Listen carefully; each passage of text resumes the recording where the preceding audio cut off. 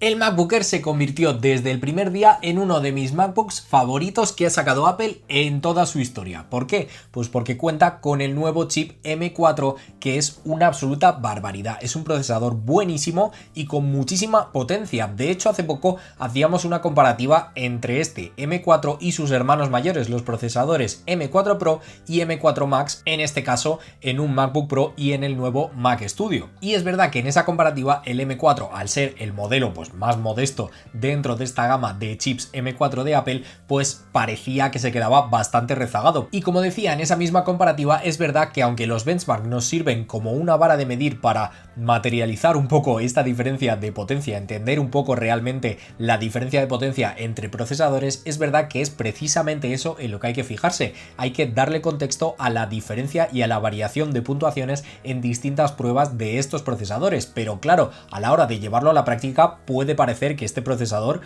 pues se queda un poco corto, ¿no? Pero vamos nada más lejos de la realidad y eso mismo quiero demostrar hoy con este MacBook Air y con este chip M4, llevándolos al límite con un montón de pruebas como las que veíamos en esta misma comparativa o las que veíamos en su propia review. Y enseguida vais a ver muy claro que este chip M4 no es para nada lento y no le falta para nada potencia. Y aunque os acabo de decir que las puntuaciones de los benchmark hay que cogerlas un poquito con pinzas y sobre todo lo que es útil es compararlas cuando tenemos varios dispositivos, sí que quiero repasar las puntuaciones de distintas pruebas de este MacBook Air con el chip M4 para que veáis que por sí solas las puntuaciones son muy buenas. Y empezamos repasando las pruebas a la CPU con el benchmark de Cinebench. En la puntuación de un solo núcleo nos da 2000 puntos, mientras que la de multinúcleo nos da 11.612. Por su parte, si hacemos la prueba de CPU, pero esta vez en Geekbench 6, nos daría una puntuación de 3.629 puntos para un solo núcleo y 14.826 para multinúcleo, que son puntuaciones de por sí ya muy buenas. Este es un procesador muy potente.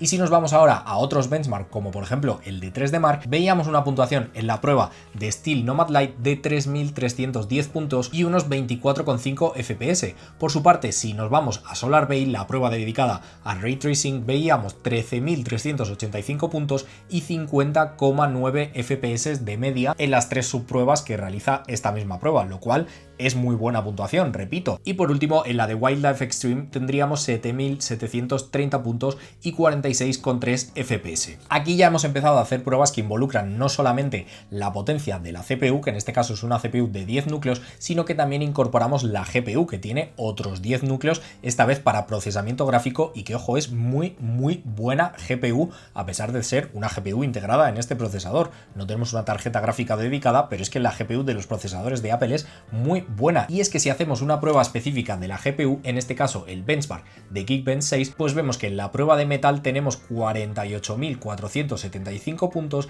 y en OpenCL tenemos 30.520 puntos. Y ahora voy a intentar traducir todas estas pruebas a algo práctico para que veáis realmente a qué podemos aplicar toda esta potencia de este procesador. Y claro, aquí lo que pasa es que para poder traduciros esto en pruebas prácticas y un poco más del día a día, por así decirlo, pues claro, nos podríamos ir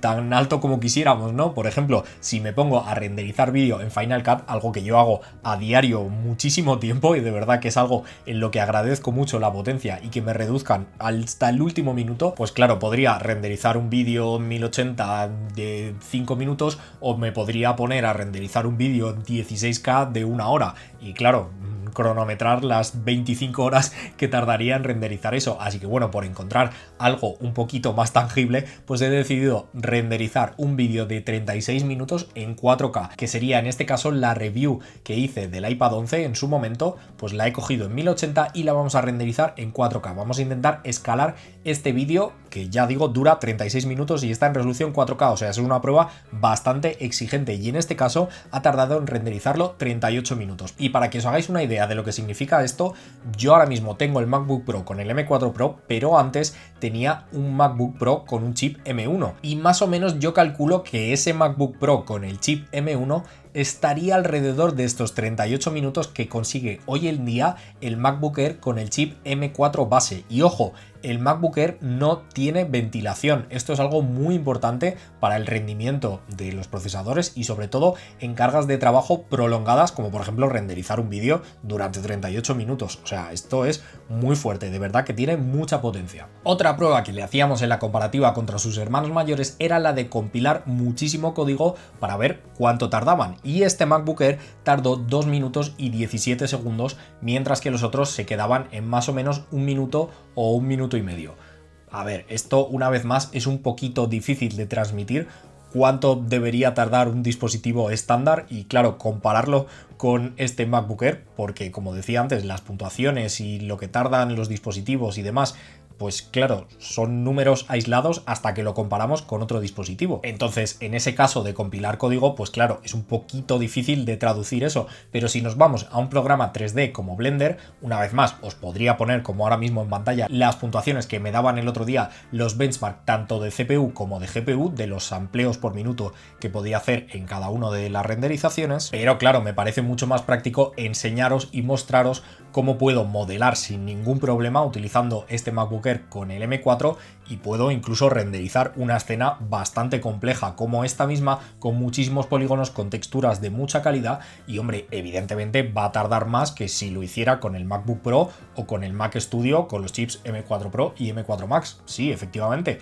pero no estamos viendo eso, estamos viendo que este chip M4 llega de sobra si lo queremos utilizar para situaciones como estas. Ahora, ¿es el dispositivo y el procesador que yo te recomendaría para hacer esto? No, porque si es algo que haces en tu día a día, como por ejemplo yo renderizar vídeos, pues lo que vas a querer es rascar hasta el último segundo y te sale muy a cuenta la inversión respecto a lo que te ahorras entre un dispositivo y otro. Y es que os recuerdo que estamos hablando de un MacBook Air, no de un MacBook Pro, es decir, no es un dispositivo profesional, es un dispositivo más orientado pues a estudiantes o a aquellos profesionales que no tengan trabajos tan exigentes, pero de nuevo, tiene muchísima potencia y en la review de este MacBook Air lo veíamos clarísimamente jugando al nuevo Resident Evil 4 Remake en un Apple Pro Display, que es una pantalla 6K, y conectándole un mando de la Play podíamos jugar sin ningún problema con los gráficos al máximo, con Ray Tracing, con unos graficazos increíbles. Y es que ya veis, ni un tironcito, iba perfecto, genial. Y una última prueba que también os puede interesar si sois profesionales, pero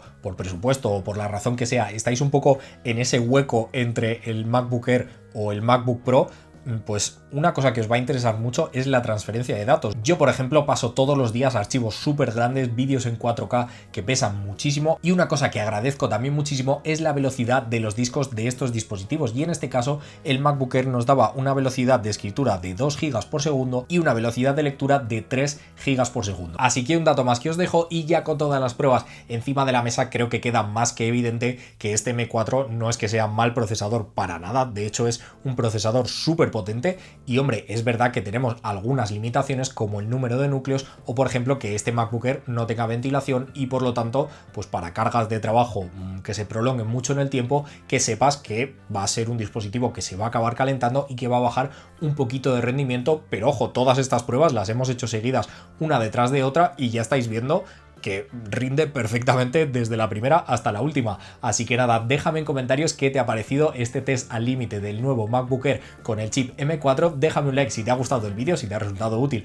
e interesante, y te recuerdo que te suscribas y que sobre todo actives las notificaciones para no perderte ningún vídeo de tu Apple Mundo en el futuro. Tienes por aquí otros 2 vídeos que seguro que te encantan también porque están relacionados y están recomendados específicamente para ti. Espero que te gusten mucho, tanto como este. Muchas gracias por ver este y nos vemos en el próximo. ¡Chao!